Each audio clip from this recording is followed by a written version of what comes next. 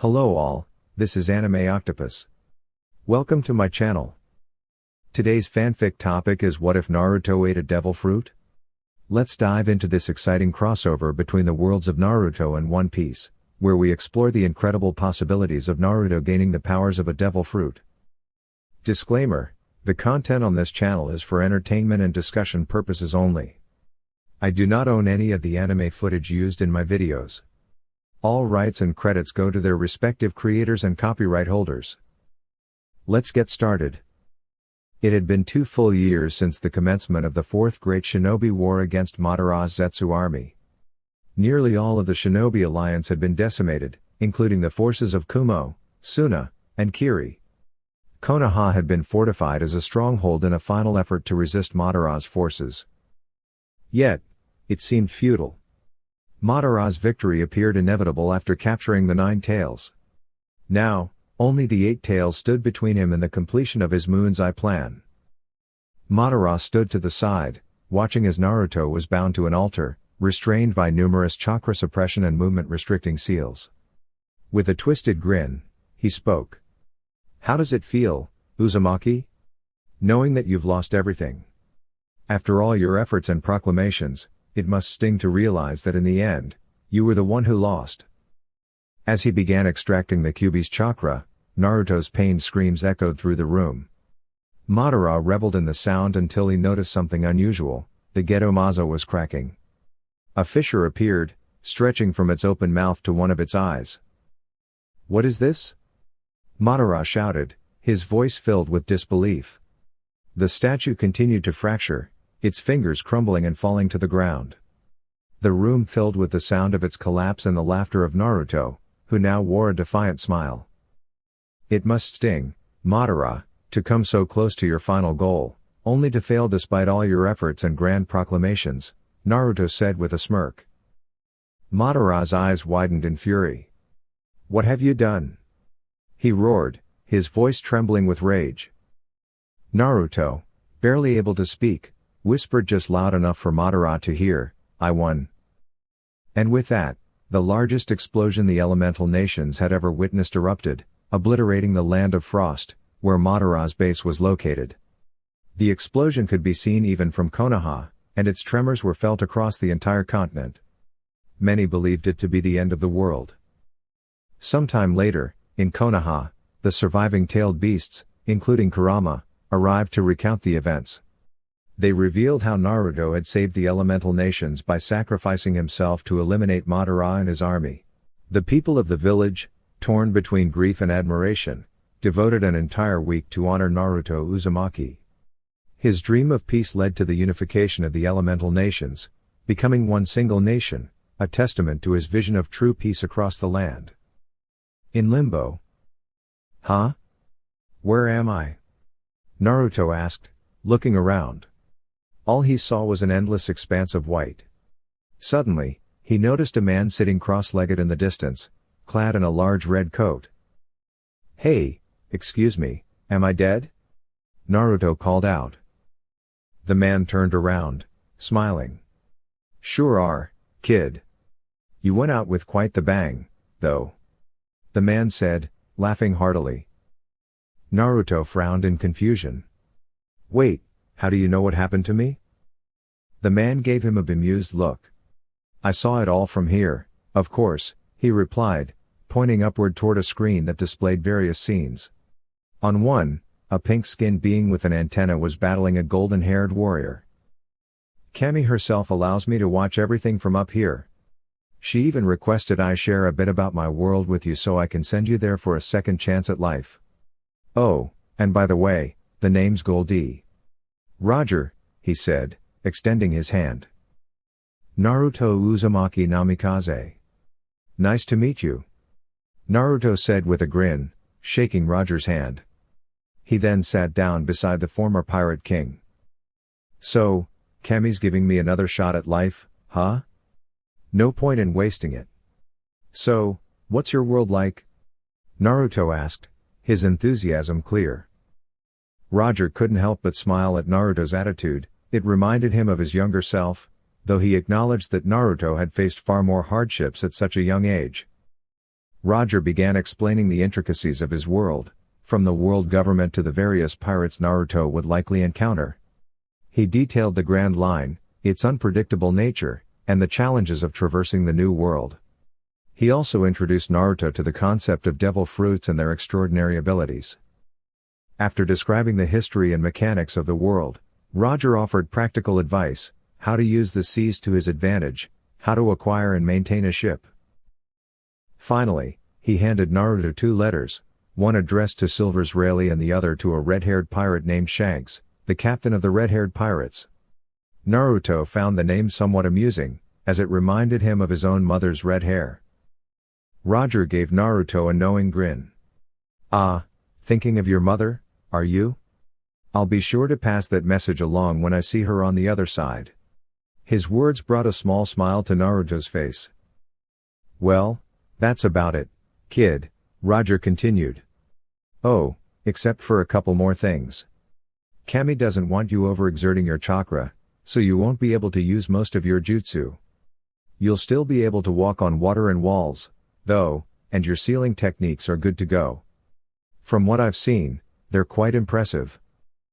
Naruto nodded, feeling proud of his mastery over sealing, a skill that had been passed down through his family for generations. "Finally, there's this," Roger said, pulling out a peculiar fruit. It resembled the Mera Mera no Mi, but its base was pitch black, with cracks of red spreading upwards like lightning. "Is that a devil fruit?" Naruto asked, his excitement barely contained. Roger merely nodded, smiling. "This isn't just any devil fruit, my boy," Roger explained. "This is a mythical Zoan type, model Fenrir, the Unbound. Legend says this beast could not be restrained by any force, stronger even than the gods themselves. If you eat it, you'll gain the powers of both the Mera Mera no Mi and, to a degree, the Magu Magu no Mi. But more than that, you'll be able to transform into a creature the world has never seen." Naruto's eyes sparkled with excitement. "Hand it over, now," he demanded, practically foaming at the mouth.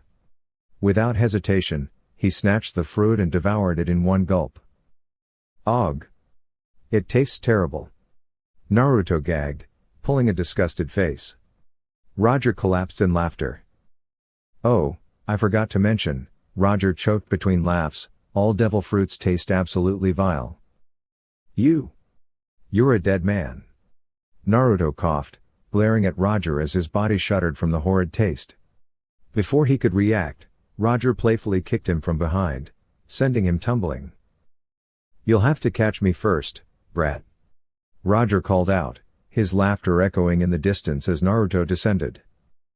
Just before he hit the ground, Naruto's fall slowed, and he landed harmlessly on his feet. He found himself in the familiar surroundings of Sabaody Archipelago.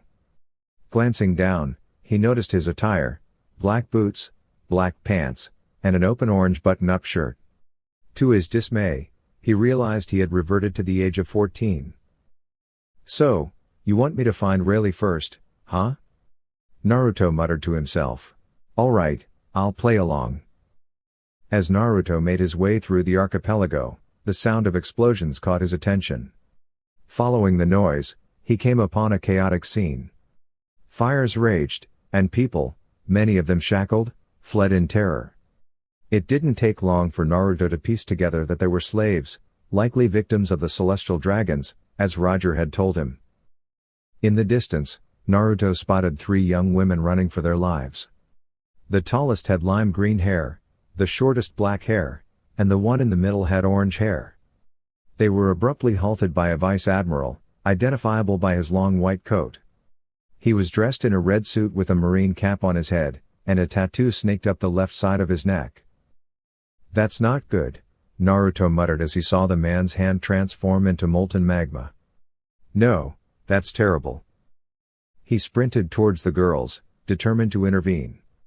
Just as the vice admiral was about to strike, a sword appeared out of nowhere, blocking his attack.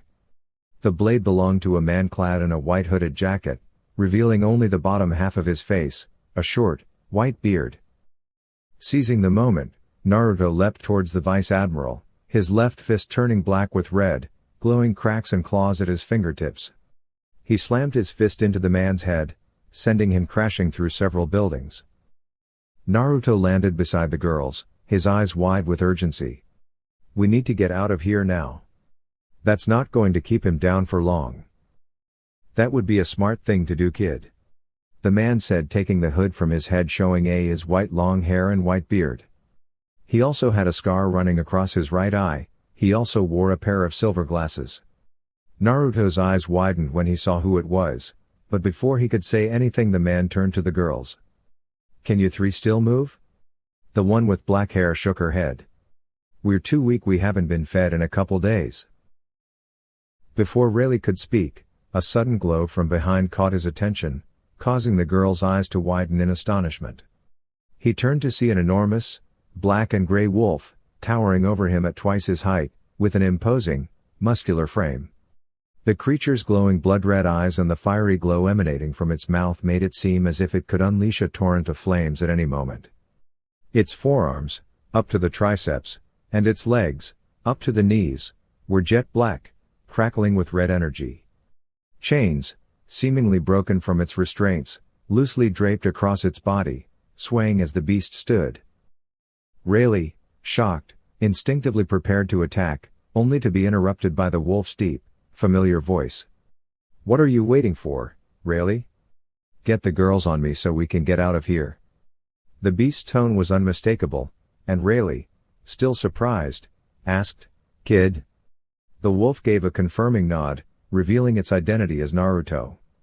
Without hesitation, Naruto lay down, allowing Rayleigh to carefully place the three sisters on his back. "Let's move," Rayleigh commanded, and with that, he took off at breakneck speed, followed closely by Naruto in his beast form, the sisters clinging to the chains for dear life. To shield them from the harsh wind, Naruto subtly heated his body, providing warmth as they raced through the night. After some time, they reached a small establishment known as Shaki's Rip-Off Bar. "All right, we're here," Rayleigh announced. Naruto lowered himself, allowing the sisters to dismount. As they watched, Naruto began transforming back into his human form, his body shrinking and shifting. Once fully transformed, he stretched, rolling his shoulders and cracking his neck, unaware of the astonished looks around him. Scratching the back of his head sheepishly, he introduced himself, "Hey, the name's Naruto," with a small, awkward laugh. Rayleigh beckoned them inside the bar, where they were greeted by a tall, slim woman named Shaki, whom Rayleigh introduced.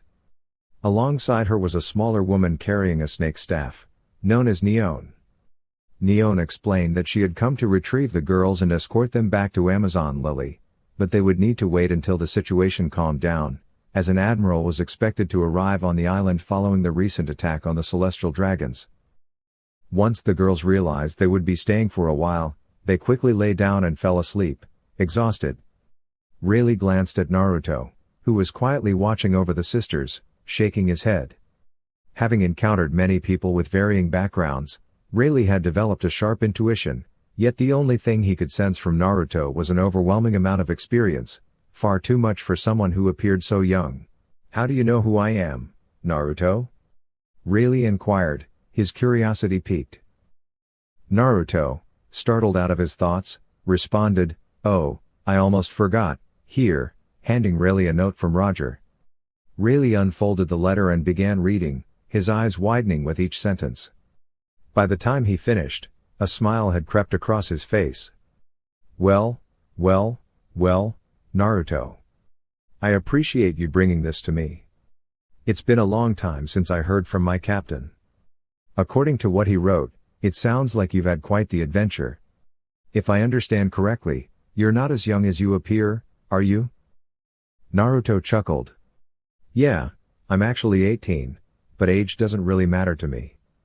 He then settled down on a couch, a seat away from the girls, and began subtly heating his body again to provide warmth for them. "Let me tell you my story," Naruto began, recounting his life from the beginning to the present. 4 hours later, after his tale was finished, all three sisters had unconsciously gravitated toward him, Sandra, Sonia and Marigold resting on his right, and Hancock on his left. Naruto smiled slightly, But the late hour had taken its toll, and he was beginning to feel the weight of exhaustion. As the clock struck 1 in the morning, Rayleigh returned. "Get some rest. We have a long wait ahead before we can start your training without attracting the Navy's attention," he said, tossing a large cover over Naruto and the girls before retreating to a back room. With that, Naruto closed his eyes and drifted into sleep. Waking up, Hancock was about to scream when she realized she was leaning on another boy. This was until she also realized this was the same boy that had helped save their lives last night. She then noticed the 3 black whisker-like marks on his cheek. Curiosity getting the best of her, she began to run her fingers along them only to get a deep purr from the back of his throat. There was only one possible thought running through Kawaiv. Did he just purr? He so did. Calming herself down, she leaned over and woke up Sanderson and Marigold. Waking them up, she silently calmed them down, then directed them to rub his whisker marks, which caused him to keep purring out loud. After about 20 minutes of constant petting, Naruto began to wake up, seeing all the girls up close to him and their hands on his face. Can I help you 3? Jumping back with blushes, they all shook their heads no in shame at being caught. Did you know when your whisker marks are touched you purr?" Hancock asked shyly. Naruto only scratched the back of his head and nodded. "Were you girls enjoying that?" He almost busted out when he saw them nodding. He only leaned his head back.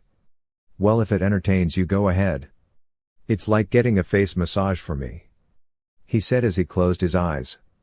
He soon felt their hands go back to rubbing his marks, much to his and their enjoyment.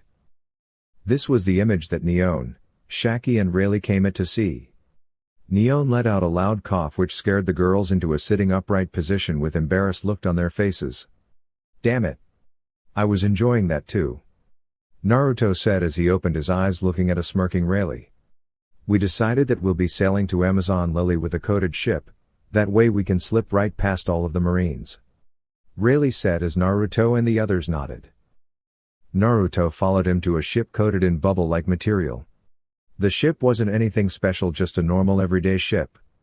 Once under the water, Naruto and the girls got a bit nervous, the girls more so than Naruto, who knew to break off some wood and just float to the top of the water where he could walk on. Naruto walked over to the sisters and smiled at them. "Don't worry, I'm sure we'll get through this easy enough." They all nodded with a smile at him. "They might get through this easy enough, but you won't," came the voice of Rayleigh. Naruto turned around just in time to catch a wooden straight sword. "Your training begins right now with swordsmanship."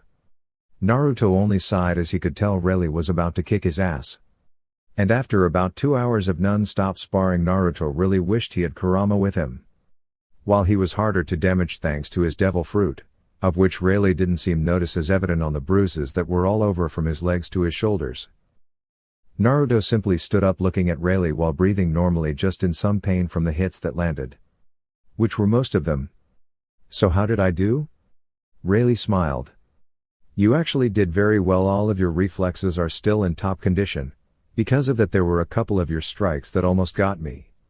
The thing you really lack is a style and a proper grasp of swordsmanship. That will all come to you in time, my boy, so don't worry about it.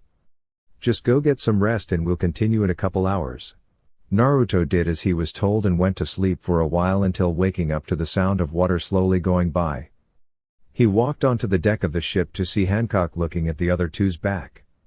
Naruto silently walked up, seeing the mark on their back. It looked like a weird dragon's claw. Marigold and Sanderson put their shirts down and turned to see Naruto behind Hancock. What did you see?" Sanderson asked Naruto, who only shrugged. "I saw that mark on your back. Why, what is it?" Before the sisters could say anything, Neon came out. "That, my boy, is the slave mark of the celestial dragons." Naruto looked at them as all of their heads were down in shame. "I could remove it if you want me to," he said casually. All 3 of their heads shot up in hope. How would you do that?" Naruto smiled. "It's called sealing. It's a art my clan mastered and used long ago. It had many different uses. If you want, I can take it away forever, or I can create it a new image if you want," he said with a smile. Hancock smiled widely along with her sisters. "Could you make go away, please?" Naruto nodded happily. "I just need some ink and a brush." he said, turning to Rayleigh, who nodded and went to get both. Alright, I'm going to need full access to your back. If you want, we can do this with you three in a room? Naruto asked as they all nodded. After they went into a room, Naruto had Marigold go first. I need you to remove your shirt, he said shyly as he turned around so he could remove her shirt. Once she laid down with her back up and uncovered, he began putting on the seal, which took about 20 minutes to do. Once he was done, he put both hands on the center and said, "Seal." Slowly the seal began receding into the center as the mark itself disappeared. Hancock and Sanderson were amazed at what they just saw. How is that possible?" Sanderson said. "Well, it was branded on, so all I had to do was make the skin repair itself so the brand would no longer be there." After repeating the process with Sanderson and Hancock, all three of them were eternally grateful to Naruto for what he had done for them and told him he would always be welcome on Amazon Lily. Naruto just thanked them and walked out the room to give the sisters some time alone. Naruto was sitting on the deck leaning back in a chair with his eyes closed. While hearing about those seals and seeing them firsthand are really something else, Naruto. Rayleigh's voice came from the left of Naruto, who looked to see him leaning against the railing. "Yeah, that's what I said to when I first saw them. The best part about it is that once I complete my dad's special seal, I'll be on a whole other level than most people have seen in this world," Naruto said with a huge grin. "I believe you, kid, because once I'm through with you, you'll be able to hang with some of the top pirates. By the time we meet up with Shanks, your training with me will be complete. Shanks will probably have a couple tips for you that I don't, since I haven't been out in the world all that much since the captain died," Rayleigh said with a sad smile. A couple days later they had reached Amazon Lily, and much to the amazement of Naruto and Rayleigh, they were both being hailed as heroes. Naruto was especially surprised since all he had heard was that no men were allowed on the island. Once Hancock was in the palace, she was declared the rightful empress and began her duties as the ruler of Amazon Lily. Naruto had gone on walks with sisters around the kingdom and was even named the unofficial king by some of the women who always saw him with Hancock or the three sisters. Due to Hancock's request, Naruto had shown her his transformation again, although it was just him and her this time. He told her if he wanted you could change the size he was in, demonstrated by becoming 20 feet tall while on 4 legs, so when he stood just on his 2 back legs he was about 40 feet tall. It had been about a week since they had made it to the island, and Naruto and Rayleigh were getting ready to set sail to a isolated island so that Naruto could complete his training with Rayleigh. Once they were getting ready to get on the small ship, they were flagged down by the newly named Gorgon sisters, which were Hancock, Marigold, and Sanderson. "Naruto-kun, do you have to leave so soon?" Sanderson said with sadness, watching Naruto leave. Naruto only nodded, looking at them sadly. "Well, since you're leaving, we brought you a present from each of us," Sanderson said as she produced a black hooded jacket that was outlined and laced inside with crimson red coloring went down to his calves. On its left shoulder was the emblem of the Kuja pirates, and on the right shoulder was an emblem in a white outline of a wolf with its mouth wide open like it was about to bite, but with its eyes and throat fired red. All across the bottom and the wrists a crimson fire design was put on. After she handed it to him, she leaned down, since she was the tallest sister and therefore taller than Naruto, and gave him a light kiss on the cheek, much to his surprise. She then moved back and Marigold produced an eternal log post for Amazon Lily. "So you'll always be able to find your way back to us." She smiled shyly and gave him a kiss on the cheek. Once she stepped back, Hancock pulled a long object from behind her back. "I thought this would be good since you're learning swordsmanship from one of the best," she said as she unwrapped it. "It was stone, so it doesn't matter if you're fighting a devil fruit user or not," Hancock said with a smile as she quickly jumped at him and wrapped her arms around his neck, pulling him into a deep kiss. Naruto was surprised but kissed her back, wrapping his arms around her hips, deepening the kiss. After a couple moments, Hancock pulled away. "You're the only man who will ever be allowed to do that to me, understand?" she said in a sincere yet serious voice. Naruto nodded. "I will return to you, Hancock-chan. After all, I think every queen needs a good king by her side, don't you?" Naruto said with a grin. Hancock nodded and kissed him one last time before letting him go onto the ship. "So where are we going?" Naruto asked Rayleigh, who just laughed. "It's called Rusukaina. It's perfect for training. It will make you constantly adapt to the seasons of which change weekly and have many different kinds of animals ready to eat you. Rayleigh said with a smile on his face. Naruto's sweat dropped and just shook his head. I can see you're really excited about putting me through the ringer, huh? Naruto asked, only for Rayleigh to nod. Once they made it to the island, Rayleigh pulled in the small ship and smiled. Well, let's get started. By the end of this, your swordsman skills will be top-notch along with your hockey skills, which will be the first thing I explain. Naruto just nodded and walked into the forest with him, ready to go through hell to be able to protect his precious ones like he did in his last life. Only this time he wouldn't let so many die while he had strength. Naruto was not to come out for years until his training was complete, and when he would be a whole different kind of beast, the likes of which the world had yet to see.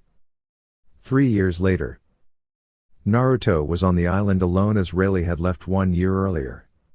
Naruto was now taller than he was at his original age of 17. He was now 6'2" and had his blonde hair in its normal spiky style. Naruto's wardrobe consisted of gray and black camouflage pants that were tucked into his black boots. He had changed his orange button-up shirt to red with some seals and had actually kept it buttoned up but untucked. He followed this all up with the jacket Sanderson had given him, deciding to keep it open today. Naruto, depending on the way he was feeling, either kept his sword in his hands or had it in a seal on his right wrist. Right now he decided on carrying it in his right hand. Naruto then walked to the edge of the island, only to be greeted by the sight of Rayleigh on a very large ship, flying a flag of skull with 3/ mark going across its left eye. Well, looks like it's time to get started. But before I do, I think I'll see my girls again. Naruto said. The eternal log post to Amazon Lily puffed into his hand. Naruto was looking at his eternal log post to Amazon Lily, while remembering his Queen Boa Hancock. Soon, I'll be seeing you soon, Naruto said with a smile as he began walking on the water towards the large red ship, flying the Jolly Roger of the red-haired pirates. Many of the crew go wide-eyed at seeing Naruto simply walk across the water. Shanks is also amazed to see such a thing could be done, and so casually. Sure, Rayleigh had told him all about Naruto, but to see it firsthand was something else entirely. Once Naruto got to the ship, he simply leapt up to the top of the deck smiling. Yo, old man, Rayleigh, been a while, Naruto said as Shanks laughed at Rayleigh's unfortunate nickname. So you're Naruto the Unchained Beast, huh? Shanks said with excitement. That's the rumor. Although I wasn't aware I had a nickname. You have anything to do with that? Naruto said, looking at Rayleigh, who was whistling a jaunty tune while looking away. Naruto only shook his head, smiling. Well, obviously I'm red-haired Shanks, Shanks said, holding out his right hand to shake. Naruto shook his hand return with a smile. So where are we heading, Captain? Naruto said with a laugh. Shanks only raised an eyebrow. Why? Did you have some place you wanted to go first? Naruto only nodded and tossed him the eternal log post to Amazon Lily. He then saw Shanks' face drop, much to his confusion, until he pulled out some money and put in Rayleigh's hand. Rayleigh was laughing. I told you it's the first place he'd want to go. Naruto only had a vein in his head as he snatched half the money out of his hand. Ha, hey. Naruto simply put the money into a seal and smiled. That's the fee for betting on my, you old goat, Naruto said, which only made Shanks and his crew burst out in laughter as seeing Naruto talk to the Dark King in such a way. All right, men, full sail to Amazon Lily, Shanks yelled as the crew began setting sail. Naruto walked up to the helm with Shanks. So Shanks, how big of a deal are around these waters? Judging from the way Rogers and Rayleigh talked about you, you've got to be pretty high up on the food chain, huh? Shanks only laughed at his observation. Hee hee, you could say that, I guess, since I'm one of the Yonko. Naruto stopped completely wide-eyed in Shanks. When we hit land, I want to spar against you. Shanks' face fell into a frown and pulled some more money out of his pocket and threw it at Rayleigh again. I'm gonna kick his ass, Naruto said while shaking his head.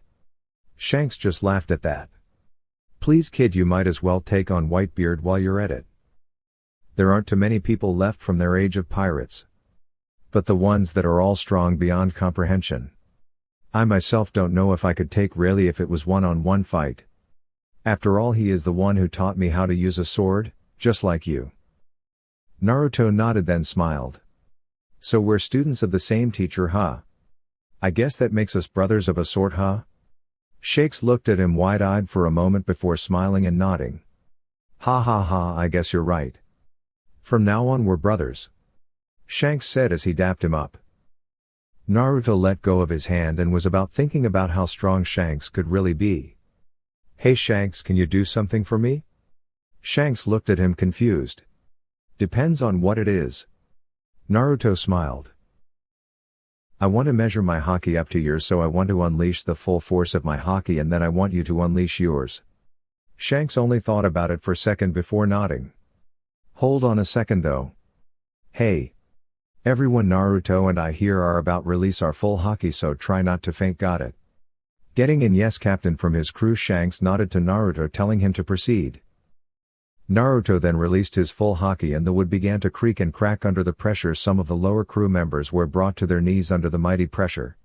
Shanks smiled and began to nod to himself. That's quite impressive for someone who's only been training with haki for 3 years. It took me double that time to get where you are now, Shanks said as his grin widened as he released his full haki. Only with his superb control narrowed it down to where Naruto was standing. The effect was immediate as Naruto's knees began to buckle under him and the floor began to bend under the pressure. Naruto was sure had he not had experience with the strongest killing intents in his world, he would have been on his knees gasping for air. Finally Shanks began containing his haki. Naruto was then able to stand up without a problem. So what do you think, little brother? Naruto nodded thought for a second before nodding to himself. I still want to fight you to see where I stand in terms of skill and not just haki. But as it stands from that, I think it'll take a couple years of intense training before I can match up to what you just showed me. When he was done, Shanks' eyes widened. What do you mean it'll only take you a couple of years to get up to where I am? Naruto grinned at seeing his reaction. Like I said, it'll take a couple years of intense training to get to where you're at. And the only kind of training I do is intense, Naruto said with smile as Shanks just nodded along with him. You know Naruto, you're not too far off from Yunko. Especially if what Rayleigh tells me is true. He said you already have the same if not more combat experience that I have, and that right there is almost half the battle. In terms of rank, I'm probably the second strongest Yunko, with Whitebeard in the lead, and Big Mom and Kaido fighting for third and fourth. Naruto nodded. I'll have to do my research on both of them since I'll be fighting one of those two. Naruto then looked at Shanks with a sly grin. Or I could always just take your spot, Naruto joked as Shanks laughed along with him. Whenever you think you can take it, I'll be glad to accept the challenge, Shanks said as he began steering the ship again. So how long till we get to Amazon Lily? Naruto asked. Shanks then got a slightly evil glint in his eyes and put a teasing yet goofy smile on. OHHH, is someone ready to see their girlfriend Tilda? Naruto only blushed a bit and then got a vein in his head. Hell yeah, I wanna see her again. What about you Shanks, you got any girlfriend? Naruto said, teasing him back. Shanks only grinned. Maybe there might be girl somewhere out there who's caught my interest, Shanks said with a smile.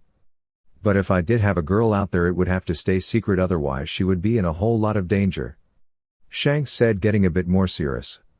I'll let you meet her when we go back to her town, but that is to never leave your mouth, got it?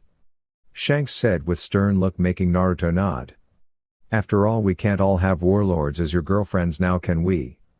Shanks said, going from serious to goofy in half a second, only to get a seriously confused look from Naruto. Warlord? What the hell do you mean, warlord? Shanks' face lit up like a light bulb. Oh, that's right, you've been on an isolated island for 3 years, huh?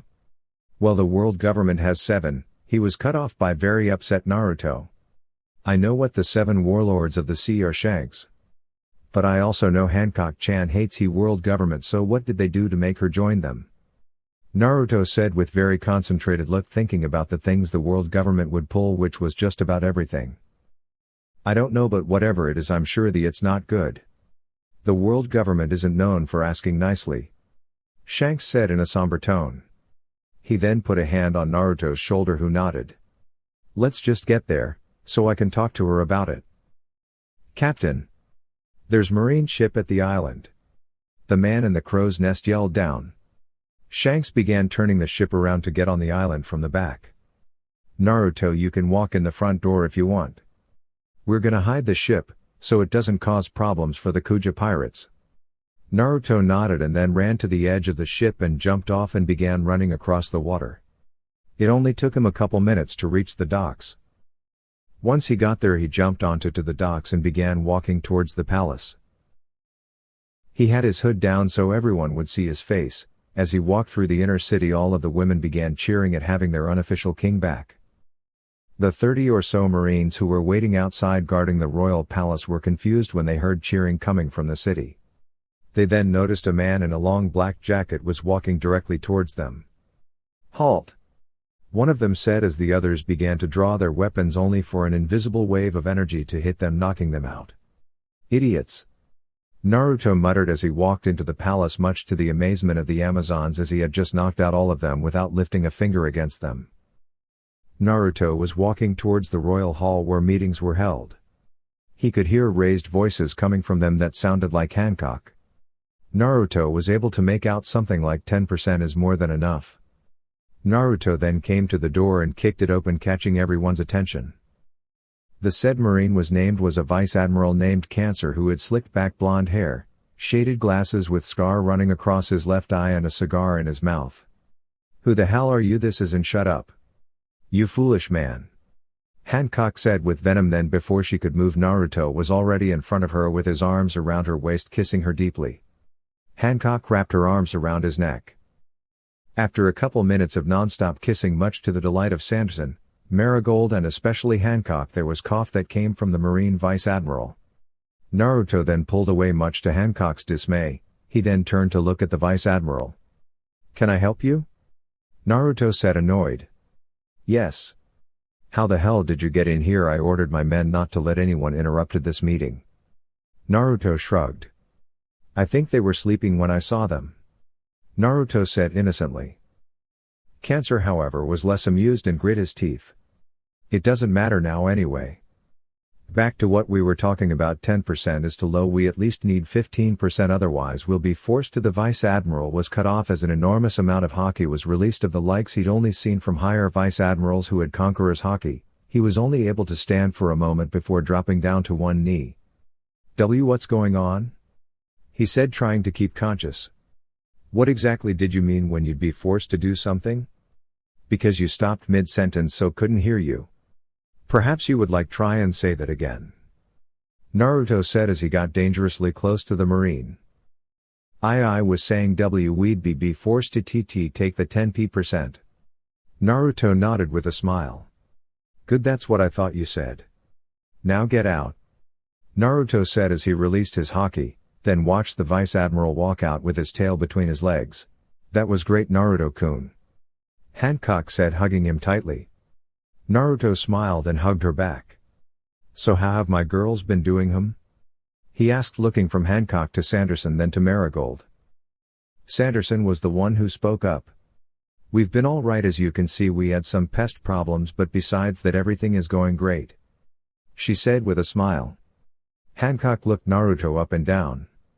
"You look like you're doing very well yourself, Naruto-kun." Naruto blushed at the compliment. "Yeah, the training really put me through was pretty crazy, but it all paid off in the end," Naruto said, flexing his arms with a goofy smile. "Hey Sanderson, Marigold, can we have a minute alone please?"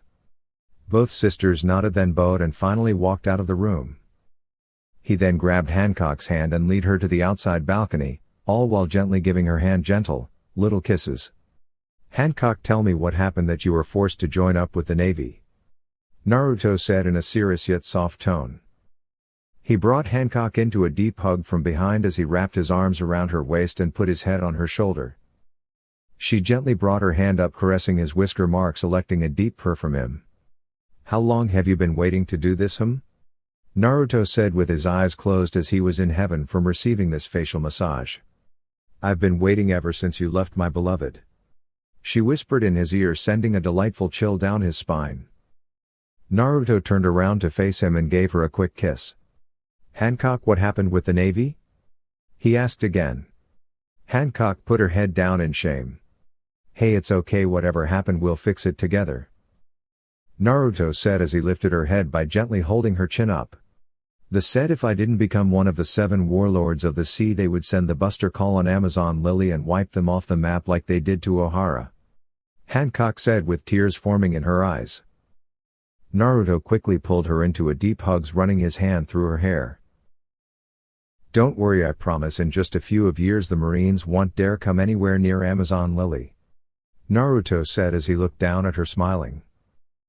Naruto-kun, how do you know that? She asked with a shaky voice. Naruto began to grin, showing his elongated canines as he ran his hands up and down her back down to her hips. I'm going to become the next Yonko by taking out the current ones. Naruto said, which surprised Hancock to her core. Hancock's mouth was wide open in shock until she grabbed him by his collar, bringing him closer to her face. Are you insane? The Yonko are all more powerful than even an admiral. She yelled, surprising him as he took a step back away from her in shock. You think you can just kill one like you're plucking fruit from a tree? Hancock continued to yell. She then pushed Naruto against a wall, looking at his wide eyes. Turning around, she walked to the edge of the balcony and leaned on it. Do you even know how powerful they are? Because I don't, I've only ever heard of their power. Hancock then took a deep breath in and out and began speaking in a lower toned voice. And they are considered the strongest of the 3 great powers of the world. If the 4 Yonko ever joined forces, the Marines wouldn't stand a chance along with the 7 warlords of the sea. And you're just going to kill one? She then turned around to see Naruto with a fierce look in his eyes. Naruto began walking towards her. Every step released his hidden power like a dam breaking open until he finally stood in front of her. His full power now bearing down on her and everything around, as she could now see and hear the tension in the wood railings and the red marble tile floor as both began to crack under the pressure of his full might. Hancock then realized this wasn't the goofy wolf boy who rescued her or even her beloved Naruto-kun who showered her with love. This was a beast among men, the likes she had never seen before. She wasn't sure if this was what being around a Yonko's full power felt like, but if she ever imagined it, it would be something exactly like this. If it wasn't for the fact that she knew Naruto would never harm me, she would have been terrified of him at this moment. Naruto looked at her dead in her beautiful ocean blue eyes. Naruto's own eyes were colored a glowing red. Soon though, the pressure of his power left her and Naruto's eyes were back to normal. I'm leaving again and I'm going to train with red-haired Shanks. Naruto said, once again shocking Hancock. He gave her a kiss on the forehead and pulled out the tri-pronged kunai from his jacket. I made these myself. It uses a special seal that allows me to travel anywhere where this marker is. Naruto said, pointing to the marking on the handle of the kunai. Stab this into anything and I'll be there in an instant, but only use it for emergencies. Naruto stepped back away from her with a certain pain in his eyes. I won't be gone any longer than 4 years before I return. In the meantime, I hope you gain more confidence in me. After all, I'm your king, right? Naruto asked Hancock with a sad smile. Hancock only silently nodded and threw herself at him. I do have confidence in you, Naruto-kun, it's just that I don't want to lose you. Hancock said. Naruto then held her by her shoulder, pushing her away a bit. You should have enough confidence in me to know I would never die on you facing a Yonko, admiral or worse. The blonde said. Hancock only nodded to herself a couple times, then spoke up. I will have confidence in you, Naruto-kun. I know you can do it. She shouted as she then deeply kissed him. Now go and make a name for yourself, my kingly beloved. Hancock said with extra enthusiasm. Naruto nodded, then stepped back. He flashed her his $1,000,000 smile before disappeared in yellow flash. Appearing back on Shanks's ship, Naruto looks over to Shanks and gives him a thumbs up. Shanks then gave the command to set sail towards the East Blue. Yo Shanks, why are we going to the East Blue? I thought it was the weakest of the seas? Shanks nodded to him. Some say it is, even though Roger himself was from the East Blue. We were already going to the East Blue for a little vacation, it just so happens that's the perfect place for me to train you. He just got a questioning look in return from Naruto. How? Well, first off, I have a couple of bases there, that are on deserted islands. Perfect for training people of our caliber so not to destroy anyone's home or worse kill someone. Next, the last thing we want is someone scoping out your powers, and the last thing someone will be looking for in the East Blue is one of the Yonko. Naruto just nodded his head, seeing his logic. So how long will it take us to get to the East Blue? Shanks just looked up, putting a hand on his chin. Well, I think it'll take us about a week to get there since we're moving straight through the calm belt. But to get where we want it'll probably be about 2 weeks. After a couple of hours of partying, it was just Shanks, Naruto, Rayleigh and a couple other people keeping watch. So you both sailed the Grand Line in New World. Do either of you know where One Piece really is? Naruto asked both Shanks and Rayleigh, leaning against the railing of the ship. Shanks shook his head negatively. Nope, Captain didn't tell me where it was at, although I've been to Raftel, the island where supposedly One Piece is. Naruto then looked to Rayleigh. Yeah, I know where it's at. Why want to become Pirate King? Rayleigh asked with a smile. Naruto took a moment to think about it and then looked up with a straight face. Nah, being Pirate King doesn't interest me as much, crushing the world government under my boot. Both Shanks and Rayleigh raised an eyebrow at this. You want to destroy the world government? Shanks said, more than surprised. You know, I think I heard of a small group called the Revolutionists devoted to that exact purpose. Shanks finished looking at Rayleigh, who nodded in confirmation. Well, if they ever send me an invite I'll see what they're about, but until then I'll do things my way. And plus I want to become a Yonko before I start on something that big. Shanks nodded along with what he was saying. You're definitely going to need a strong crew.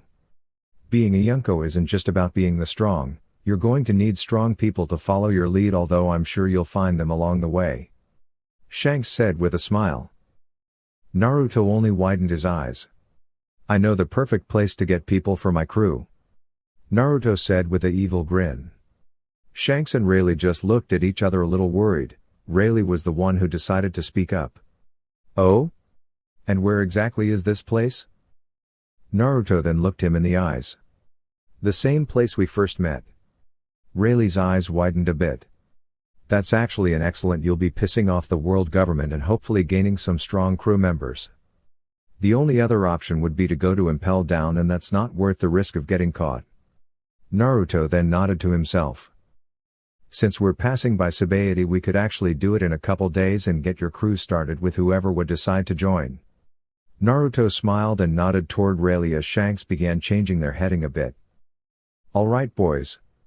We're gonna go free some slaves, got it? Most of his crew looked at him weirdly. We're going to Sabaody Archipelago. The crew all nodded as Ben Beckman walked up to his captain. So we're going to help the kid become a Yonko? Shanks smiled and nodded. Placing him in the position of a Yonko will be extremely beneficial to us, and it's better than having Kaido or Big Mom in power. Ben could only nod, knowing that both of the other two Yonko were extremely dangerous and unpredictable. Also on some level each were both tyrants of their own territories, Big Mom threatening to eat anyone because of her sweet tooth and Kaido just killing anyone who stood in his way. We'll be at Sabaody in about a day, so get whatever you need together, got it? Shanks said as more of a statement to Naruto nodded and went about sharpening his weapons and making sure his seals were all set for battle, since there were bound to be some high-ranking Marines in Sabaody, and even higher would be arriving, since he didn't plan on leaving any celestial dragons alive if he came across one. Naruto that night slept like a baby, knowing he would begin his new family tomorrow. He had so badly wished to be accepted in his old world, only for it to mildly happen towards the end of his life. Now though, he had a new chance, a new begging, and he would make sure he made this time around count for him. The next day at Sabaody.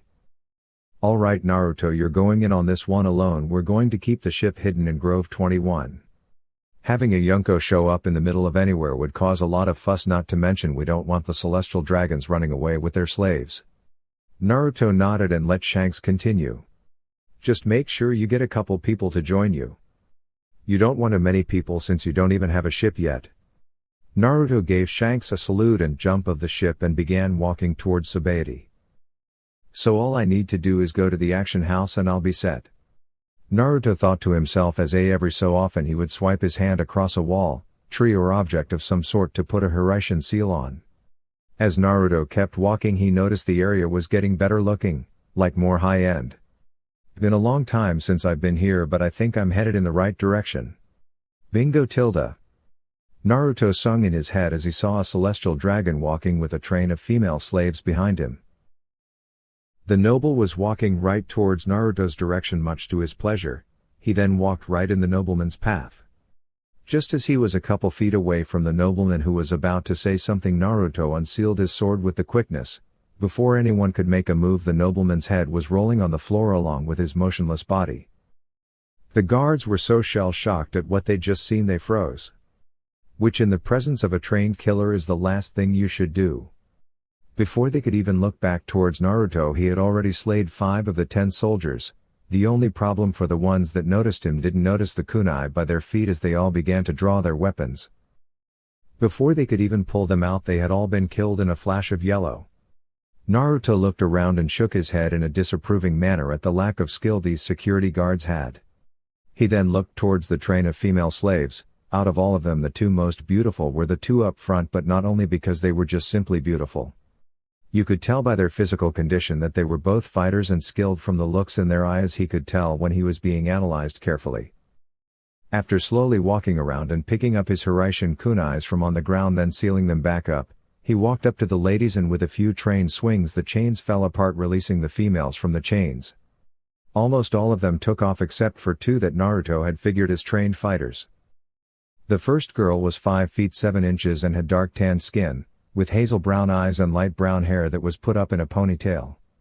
She had on a top that only covered her breasts diagonally from the bottom of her neck, her sides. She also had on pants, silver scaled pants with a purple rope going around the waist and dropping to about her thighs, and nothing on her feet.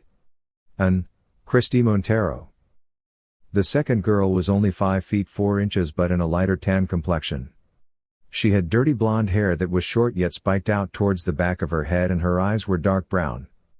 She had on a red shirt that stopped be a couple inches above her belly button, showing off her toned abs. She also had on dark blue pants with what looked like metal blue boots with yellow lining. Sheena from Bloody Raw Primal Fury, just without her jacket on. Naruto looked at both of them with a slight grin on his face. "I'm Naruto Uzumaki and I'm putting a crew together and I want you 2 to join." They both stopped, eyes widening at this. "There's a ship not too far from here that's ready to take us whenever we're ready to go, although I kinda wanted more people to join up with me," Naruto said, looking around. "We can help you with that, and I'll agree to be part of your crew if you help rescue my boyfriend. He's a strong fighter. We just surrounded by 3 Marine Vice Admirals and their crews. He's with the other male fighters back at the auction house." "I'm Christy Montero, by the way," the taller of the 2 said. Before Naruto could answer back, the other girl interrupted. "I'm Sheena and I'll join since I do owe you my life. On top of that, my senses are telling me that you are trustworthy," Sheena said as she and Christy began to guide Naruto towards the auction house. "You're pretty crazy, you know that? I hope you know you're going to have an admiral after you now that you just killed a world noble," Sheena said as Naruto just shrugged. "It doesn't matter, I'll be Yonko in a couple years and they won't dare to step in my way," Naruto said as both Sheena and Christy's eyes widened. How exactly do you plan on becoming a Yonko?" Christy asked, a little scared. "I'm going to kill Big Mom or Kaido." Yup, Christy's fears were confirmed. She just signed up to die, she thought to herself as they reached the auction house. Walking in, Naruto looked to the center stage to see what looked like multiple warriors of different races and styles. Naruto looked to Christy. "Which one is your boyfriend?" he asked in a whisper. She then pointed to a rather large black man with dreads put into a ponytail. He was wearing some blue cargo shorts and black boots. He also had on some colorful wristbands. Naruto nodded. "You 2 cause a scene while free everybody down there." They both nodded and got to work, although Naruto got a pretty good surprise when he saw Sheena turn into humanoid cheetah and began ripping the rich people and guards to pieces. Christy was doing the same, only doing what looked like some dance kicks that were knocking people out like Tyson hit him with clean right hook. Naruto then threw a kunai down to the center stage and with a couple swings of his sword he cut the chains off of them. Naruto pointed to Christy's boyfriend. "Go speak with your partner, she'll brief you on the details." The man nodded in acknowledgement and effortlessly leapt to the top where Christy stood. Naruto then turned to address the group. "Listen, this is entirely voluntary. I'm assembling a crew, but only those who oppose harming innocent people and can hold their own are welcome to join." Once Naruto finished, a large number of people quickly exited the building, either uninterested or unsuited for the cause. However, two men remained in front of him. The first man had a light complexion, with black hair tied into a ponytail. He appeared to be in his early 20s, stood at about 5 feet 8 inches, and wore a red and black kimono draped off his right shoulder, tucked into dark green hakama pants, secured with a beige belt, and completed with traditional Geta sandals. Bowing respectfully, he introduced himself. "My name is Mitsurugi, and it would be an honor to join your crew. I am forever in your debt, Captain." Naruto smiled and nodded in response, turning to the second man. He was younger, in his teens, standing around 5 feet 7 inches. His short white hair contrasted with his black eyes. His chest bore a large tattoo of a crow, with additional tattoos on both shoulders. He wore black gloves, orange pants with prominent stripes down the sides, and simple black shoes. "As long as I get to face strong opponents, I'm in." "Oh, and the name's Reiji." Naruto acknowledged him with a nod as well. "All right, let's get out of here," he declared. Turning to the other three nearby, he shouted, "Oi, oi! We're leaving, get over here." Soon after, Sheena, Christy, and her boyfriend gathered around him. "So, how exactly are we leaving? Just standing here?" Reiji asked. "Everyone, put a hand on me and stay calm," Naruto instructed. They complied, each placing a hand on him. "Stop right there." A voice rang out, and the group looked up to see two Marine Vice Admirals approaching. One pointed at them while the other brandished his sword. Naruto shook his head in disdain. "Fools." In less than a second, everyone touching Naruto felt a brief tingling sensation before finding themselves aboard the red-haired pirate ship.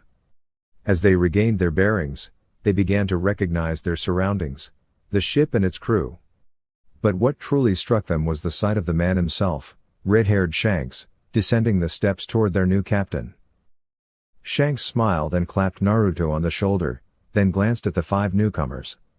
"Looks like you've gathered quite the talent, Naruto. Well done." Naruto, slightly embarrassed, scratched the back of his head. He turned to introduce his new crew. "This is the red-haired Shanks. Shanks, meet Sheena, Reiji, Mitsurugi, Christy, and... I never caught your name." The man snapped out of his daze when his girlfriend elbowed him. "Huh? Oh. I'm sorry, my name's Eddie Gordo." Naruto chuckled and added, "And Eddie Gordo." Shanks nodded at the group. "Since you're part of my little brother's crew, make yourselves at home." The group nodded, still processing the situation. Mitsurugi then spoke up, "Captain, where is our ship, and where are we headed?" Naruto raised a finger. "We don't have a ship just yet. We're heading to the East Blue for training, away from any unwanted interference. And be warned, the training will be brutal. It has to be, considering I plan to take down either Big Mom or Kaido within the next few years. So, you'll all need to rise to the occasion. Understood?" Receiving a collective nod from his crew, Naruto smiled and began walking away, leaving his new crewmates in stunned silence. Thank you for watching. Please subscribe to my channel for more exciting content. Gratefully yours, Anime Octopus.